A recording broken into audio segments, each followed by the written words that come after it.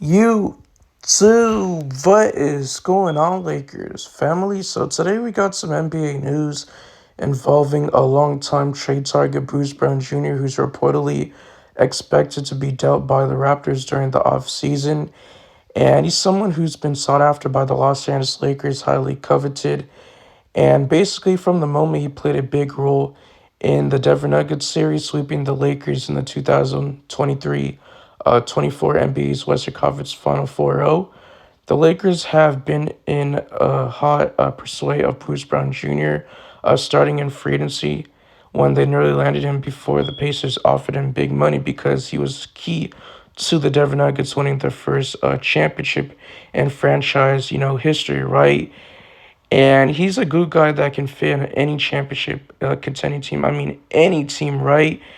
And I think could be a nice piece for the Los Angeles Lakers where LeBron James doesn't have to play the three because he's going to get wore down guarding the best players on the opposing team, these wings, because he's old. He's going to be in year 22. He's going to be 40 years of age. So he's just getting older and older. And he takes possessions off. So he doesn't really play defense a lot of the times. In spurts, he does. There'll be moments where he does get blocks, but taking possessions off is just not going to help the team. So Bruce Brown can definitely help the Los Angeles Lakers in that role. And he's someone that the Lakers have been, chasing around for a while. They reportedly discussed a trade with the Pacers for Bruce Brown. Then they did the same thing when he was traded to the Toronto Raptors as part of the Pascal Siakam deal, right? So the Toronto Raptors decided to hold on to Bruce Brown Jr. through the NBA's trade deadline on February 8th, Thursday afternoon. And there are a few things that the Raptors did love more than dealing a player months or even years after they had their highest value on the trade market is that the Raptors have until June 29th, next month, 2 days after the NBA draft, right? Because he might have a chance to, exercise his team option on $23 million. So he's owed next season that much money, and he's on a valuable expiring contract to put on the market. So teams value expiring contracts, especially rebuilding teams like the Toronto Raptors. They're on a full rebuild because they tried to Pascal Siakam. They have no more Fred VanVleet. He left in free agency in the 2023 offseason to go to the Toronto Raptors.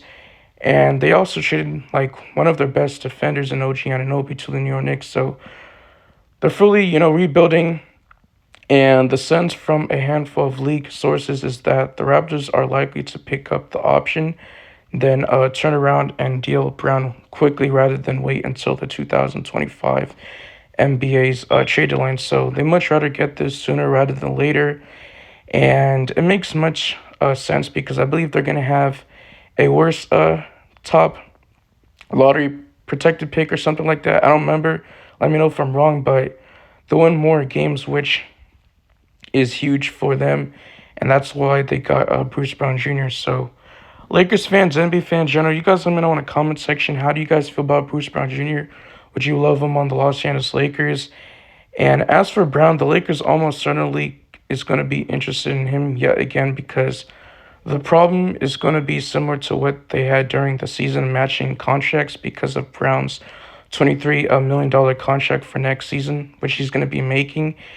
And the Lakers are going to lack a lot of cap space during the offseason, so it's going to be very hard for them to make these, huge signings and free agency. So any trade is probably going to be through the trade market before the draft. So the Lakers, I know this is not a big name, it's not a star, but if we can get someone that can complement LeBron James, Anthony Davis, and put more depth off the bench, then why not go after Bruce Brown Jr.? I'm all for it because we've seen that the third star route just hasn't worked. You're getting much depth. And I would love a Donovan Mitchell. Don't get me wrong. He's a top target for the Lakers. That's their priority. I think he's going to be one of the best fits alongside LeBron James and Anthony Davis.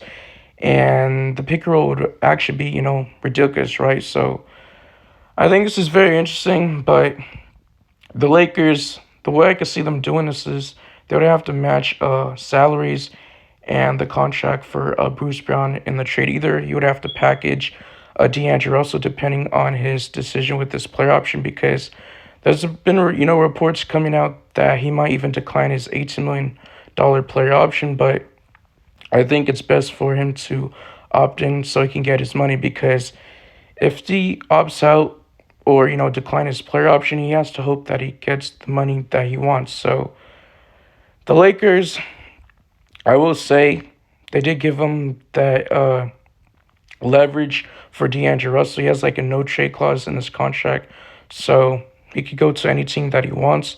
But maybe you can package Erui Hachimura, because this is a player option. This is not a team option for the Lakers. These players have the leverage to choose what they want on their contract, right? So it makes the most sense in both instances. The team would need to add a filler on the contract as well, but it's pretty easy achievable. And it's been rumored that he's been linked to the Lakers for a while, even since the past trade deadline. The Lakers were trying to trade for Bruce Brown Jr., but there's even reports coming out that the Toronto Raptors want a first-round pick in that trade, which I just don't think he's worth a first-round pick. I don't even think he's worth $23 million. Like, let's be honest, he's not worth $23 million to make per year. So he's not a star player. Like, not everybody has to be a star, but he's a good guy. Like I said, I appreciate the support. Make sure you guys like this video so YouTube could push your algorithm. Subscribe. Really trying to reach my next goal of 3K subs.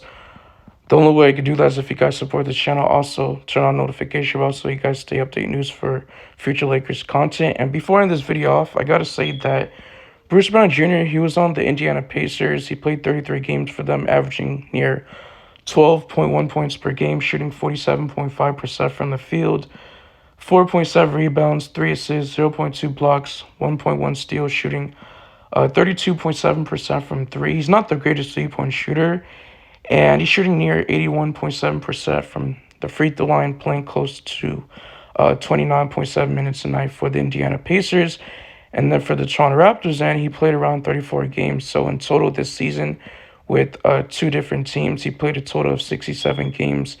And this season for the Raptors, he averaged near 9.6 points per game. His points did go down from what he was averaging in the Indiana Pacers, but he did shoot around 48.1% from the field, 3.8 rebounds, 2.7 assists, 0.3 blocks, 0.7 steals, and shooting 31.7% from three. So his three-point percentage did go down by like 1%. Not a huge difference. He shot like around 3.1 attempts per game, and he's shooting around 83.3% from the free throw line. So I will say he is a smaller version of Jared Vanderbilt.